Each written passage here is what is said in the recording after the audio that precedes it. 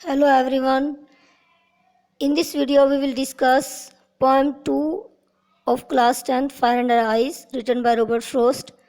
यह poem Robert frost की एक चिंता को शो करती है कि वर्ल्ड का एंड होगा तो किस तरह से होगा.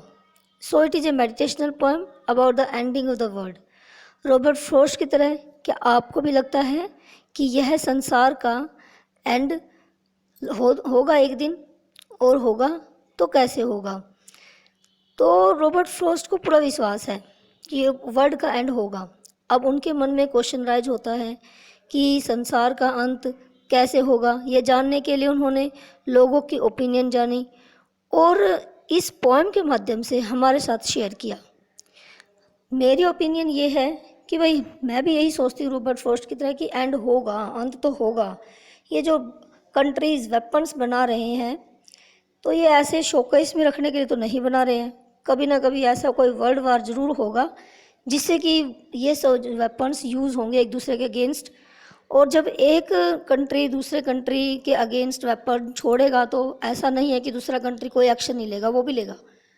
तो मैं साइंस पे बिलीव करती हूँ. मेरा साइंटिफिक माइंड है कि हम लोग हेट एक दूसरे से इतना करने लगे हैं, एक कंट्री दूसरे कंट्री से इतना हेट करते हैं कि होगा ऐसे.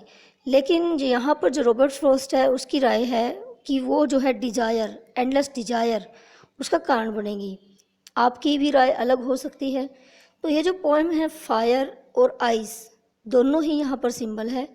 फायर डिजायर का सिंबल है और आइस हेट का सिंबल है.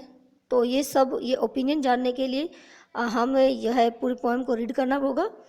तो अब जान लेते हैं एक बार पहले रॉबर्ट फ्रोस्ट के बारे में कि रॉबर्ट फ्रोस्ट एक अमेरिकन पोइट है. उनका जो बर्थ है 1874 में हुआ और उनकी डेथ जो है 1963 में हुई.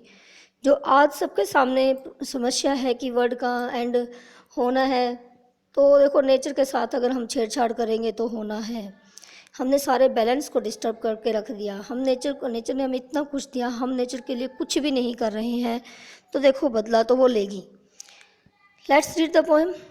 फायर जो यहाँ पर सिंबल है वो है डिज़ायर का, इच्छाओं का.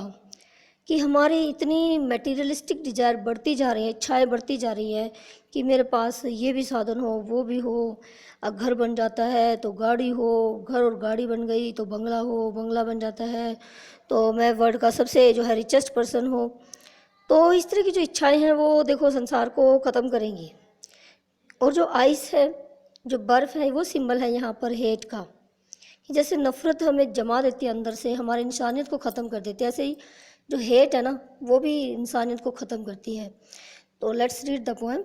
सम say the world will end in fire, some say in ice. From what I have tasted of desire I hold with those who favour fire. तो यहाँ फर्स्ट स्टैंजे में पोइट क्या कह रहा है, रॉबर्ट फ्रोस्ट कहते हैं सम से, क्योंकि उन्होंने लोगों से राय ली है. तो सम पीपल से यानी कि कुछ लोग कहते हैं कि वर्ल्ड विल एंड, कि वर्ल्ड का एंड होगा, ख़त्म होगा वर्ल्ड, इन फायर आग से.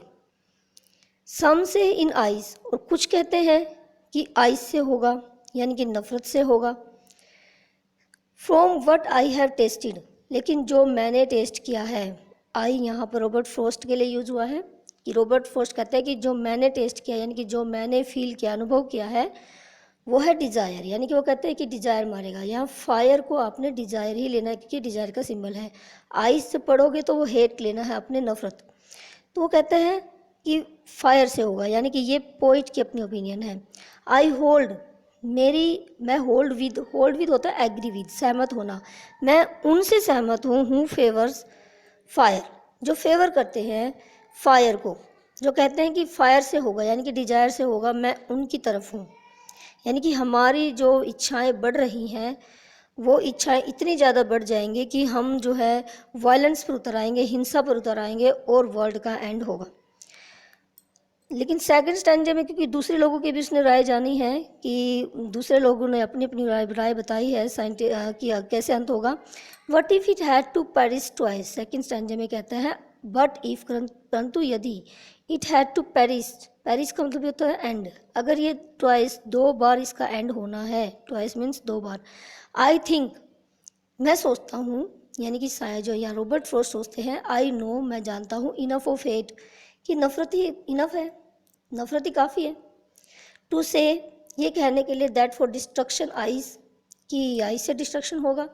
इज आल्सो ग्रेट, वो भी एक ग्रेट रीजन रहेगा। महान नहीं है यहाँ पर, ग्रेट का मतलब है यहाँ पर कि वो भी एक बहुत बड़ा कारण बनेगा, यानी कि जो हेट है ना एक दूसरे से करना, वो भी बड़ा कारण बनेगा। एंड वुड सफिश, और वो पर्याप्त होगा, सफिशिएंट होगा वर्ड के एंड करने के लिए।